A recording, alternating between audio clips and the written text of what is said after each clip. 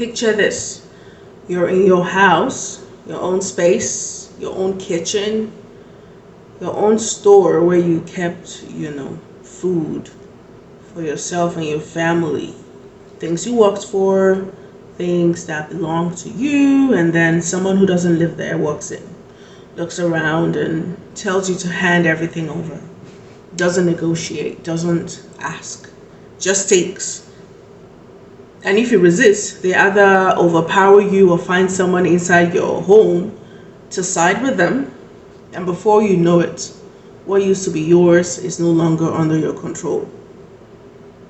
This is a pattern. And this pattern is deeply tied to Africa's history with the rest of the world, especially during events like the Scramble for Africa, where foreign powers didn't just visit, they partitioned, controlled, extracted, and restructured entire societies to serve their own interests. It was not just about taking, it was also about replacing systems, replacing identities, replacing ways of thinking, and in return for what was taken, certain things were introduced and positioned as civilization or progress.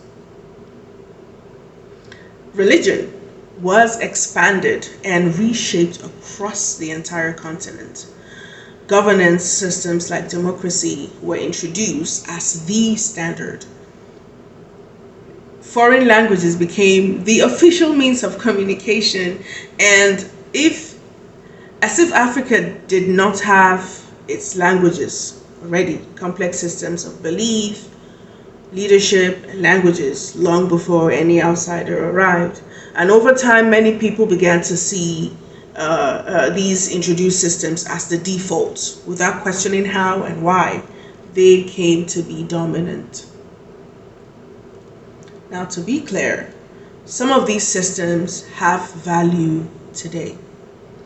But the issue is not just what was given, it was the context in which it was given and what was lost or weakened in the process. Africa then becomes, in many ways, a resource hub for others, a place where raw materials are taken, processed elsewhere, and then sold back at a higher value. And when access becomes difficult, history has shown that instability often follows. Vicious instability is stirred, new conflicts emerge, leadership is contested, and attention shifts internally while extraction continues in the background. When you look at leaders who try to challenge this pattern, you begin to see why certain names keep coming up again and again. Patrice Lumumba pushed for real independence and control over Congo's resources, and shortly after taking office, he was removed and assassinated, with both internal and external interests playing a role. You've heard of Thomas Sankara? He tried to build a system of self-reliance and reduce dependence on foreign powers. And within a few years, he was unalived in a coup led by someone within his own small circle. Muammar Gaddafi began pushing ideas around African unity and financial independence. And during the Libyan civil war, his government was overthrown and he was unalived, following international involvement. Amilcar Cabral led a strong resistance against colonial rule and emphasized intellectual and cultural freedom, and he too was assassinated before fully seeing the outcome of that struggle. After many of these leaders were removed, what often followed were governments that were more aligned with external interests or easier to influence, right? Leaders who maintained a certain kind of order that did not necessarily challenge the existing global structure or served their own people.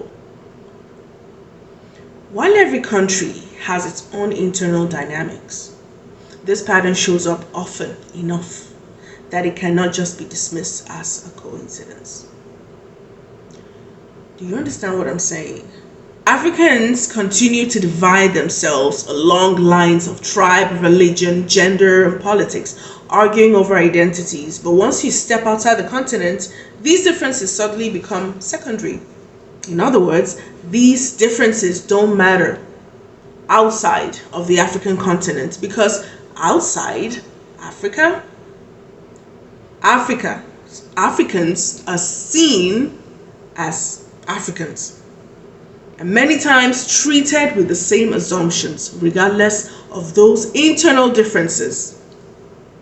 While energy is being spent fighting each other, the bigger systems that shape economies, influence leadership, and control resources continue to operate, often without enough scrutiny from the very people most affected by them. So this is not about rejecting everything that came from outside, and it is not about ignoring internal responsibility. Okay? Don't get me wrong. But realities exist at the same time. It is about awareness. It is about understanding what was taken, what was given, and what was changed, and what is still playing out today. If you don't understand the full picture, you will keep reacting to fragments. You will defend things you don't fully understand, and you will argue about symptoms while root causes is keep thriving. Root causes keep thriving. So before you pick sides, before you repeat narratives, before you get comfortable with any version of the story, do one thing that will shift how you see everything. Please go read your history. Not the surface version or the one on social media, but the one you study yourself, right? Because until you understand what has happened in your house, you will keep living in it without knowing who rearranged the furniture.